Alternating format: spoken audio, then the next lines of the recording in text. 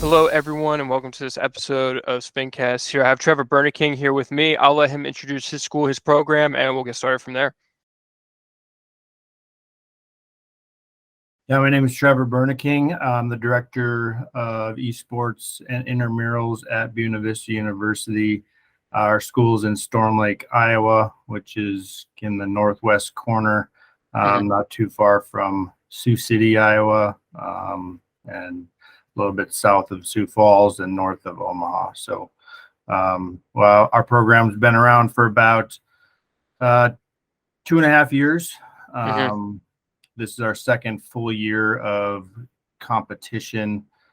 First year was right out of COVID, and we that was our first year of just recruiting kids from campus to start playing and figuring out what games they have an interest in.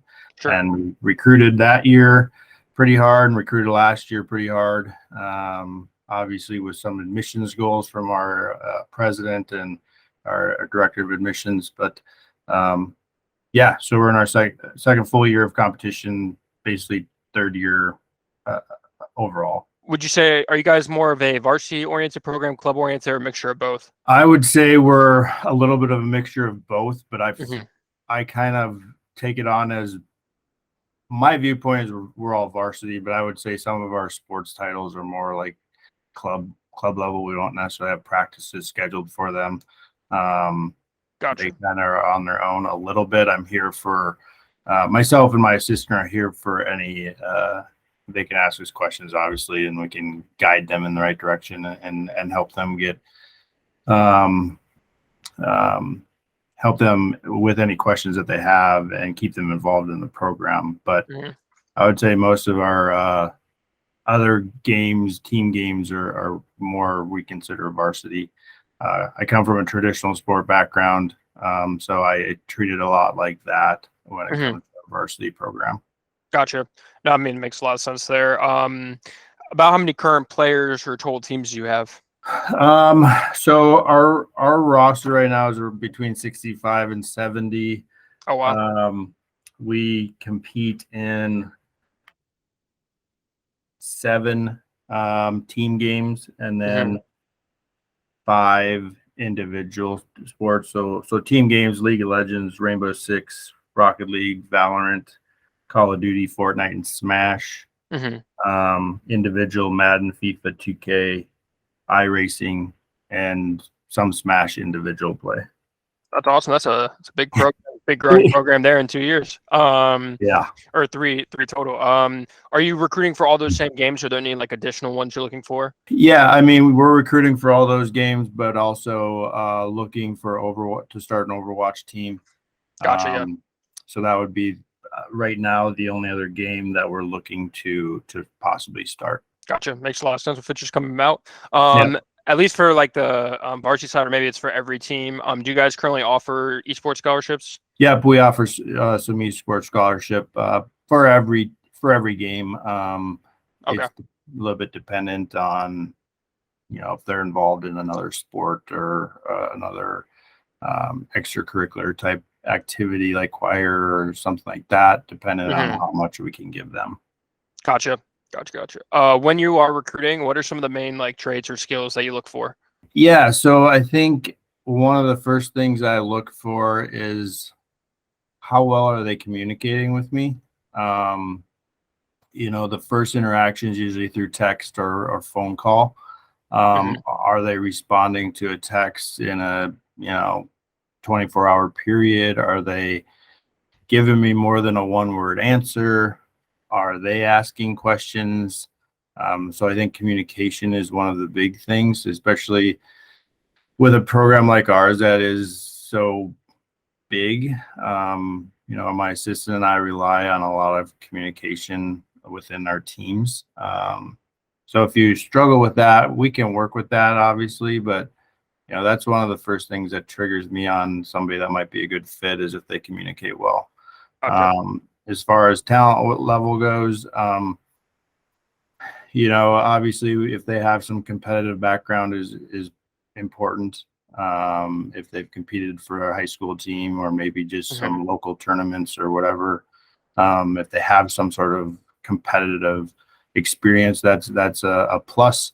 Obviously, it's not a deal breaker if they don't, as we can, develop them and grow them into a competitive player while they're here at BV. So communication is probably the first thing that I really look for. Gotcha. I mean, that makes a lot of sense too. It's like kind of the whole like solo queue mindset comparison to a team environment. If you play on a team, you're probably less likely to have that type of mentality. So it makes a lot of sense. It makes transition into a team probably a lot easier. Do you guys currently host any events, camps, anything like that? We haven't, but we're working on doing a camp in January for some local middle schoolers, just a day camp type thing, and see how that goes. And then, we hope to do more camps and clinics in the future for our local community. But I'm not sure on tournament as of yet, if, like college level. It would be cool to get involved with the high school association and maybe host some maybe regional tournament or whatever, however our Iowa High School Association works. But I know they have some state tournaments coming up, but anything we can do to get involved would be cool. Hopefully in the future. Gotcha. For sure. Off of that, what does your current esports facility or space look like? Yeah, so we have 3 different rooms that are pretty much right next to each other. The first room has about 20 PCs in it. The second room that's right next door is we consider our console gaming broadcast streaming space. So, we have switches, PS5s, Xbox Series XS, Xbox Ones, PS4s in there for our console gamers to play in. And then across the hallway, we have another room with another 10 PCs, hoping to get another 10 in there by next year. Gotcha. That's definitely a cool setup there. Nice that they're all right next to each other for ease of access and stuff. Are you also either recruiting or like looking for any students to help your program within non-player roles? Yeah, of course. We've utilized some internship opportunities through our marketing department, graphic design department, and animation department. So we've utilized some of those students that needed an internship. But we're also looking for students that, are interested in, maybe streaming or broadcasting, or, playing plus streaming, broadcasting, whatever it may be. Any help we can get on the student side and give them experience in what they might want to do in the future.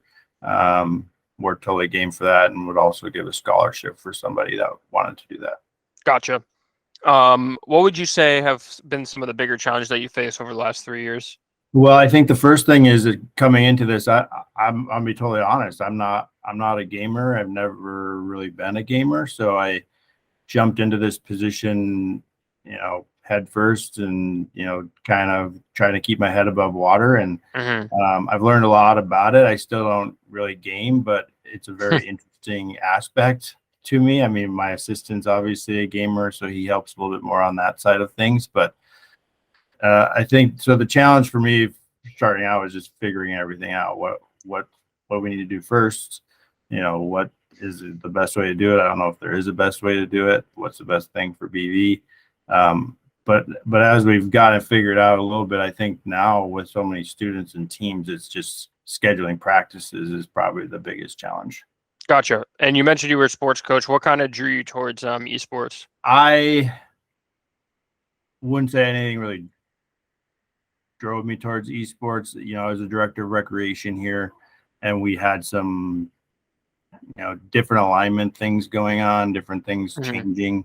And one of the new initiatives was to start esports. And so they had me and some students start researching, if it was viable or something we should do. And then I, just kept asking my boss at the time, like, if we're going to do this, and like, we need to do it correctly. We can't just throw somebody in to be an esports, oversee esports and not be involved with them, other than, I don't even know, like, if you have an athletic coach, oversee esports, is probably not going to get much attention. So we want it to be successful. We need to have somebody that's going to, be full time. And take it serious. So from there, they came to me and said, well, do you want to do it? And I said, well, sure, why not?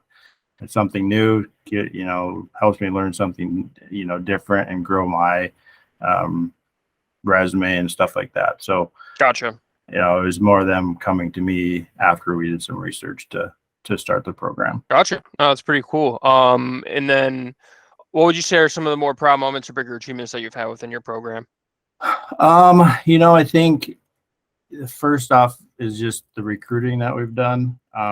We started the first year with 20 kids from campus being involved, and now in the last 2 years we've recruited close to 50 students to compete for BV. So I think just the success we've had in recruiting is one of the things that really sticks out, but also the growth in our space and how much and then it's not really me, it's more the board of directors and our president and VP, the president council, believing in what esports can do for BVU. So having that backing and having flexibility for me to do what I think is best for our program without any pushback has been extremely satisfying. And obviously we can see that we've grown and we've competed in a ton of games already this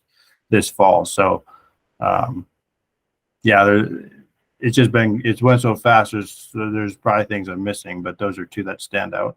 Gotcha. No, I mean that makes a lot of sense there as well. And then kind of wrapping it up here, for any recruits that are watching, or any players potentially looking to go to college to also play esports, what would be a piece of advice that you give them? I think keep your options open. Obviously I'm still learning about how to recruit esports talent. Obviously the top level players want to go to a place they're going to get as much money as they can.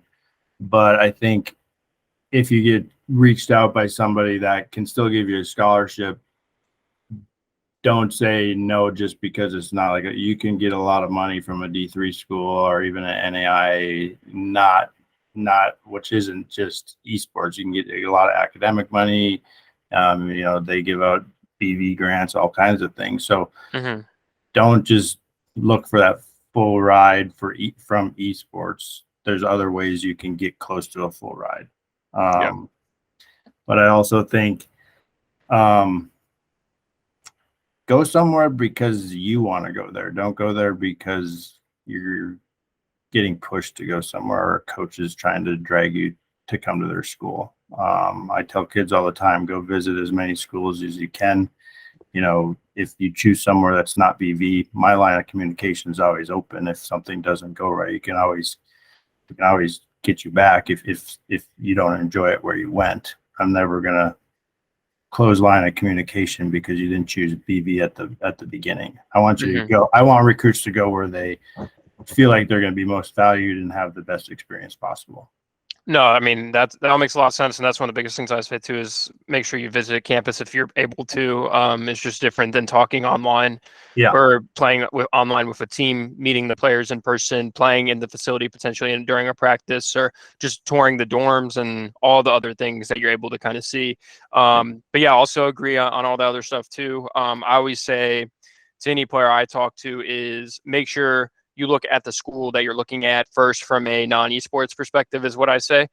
Because if you don't like the school with anything else but esports, you're probably going to end up transferring just because you're not going to want to live there. It's just going to be uncomfortable for you. And like you mentioned too, if you do really like a school, like let's say your school as an example, and that there's another school offering a higher scholarship amount, wait until you get the full sheet of paper that tells you all the money that you're kind of getting off school, because you at the end of the day you don't know, and if it's a school that you really like, you don't want to turn them down before you even have the full answer.